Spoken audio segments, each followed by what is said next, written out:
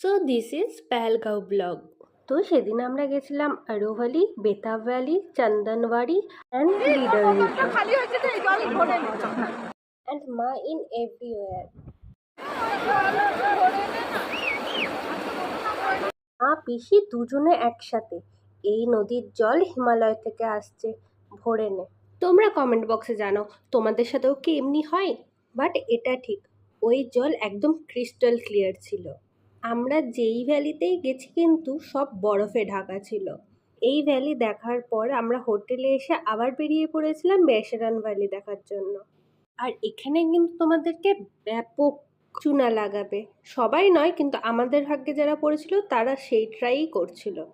পাহাড়ের মাঝখানে থামিয়ে বলে এটাই Baisaran valley. But Baisaran valley যাওয়ার রুটটা ব্যাপক অ্যাডভেঞ্চারাস ছিল। দেখা হচ্ছে পরের ব্লকে। Until then, bye by.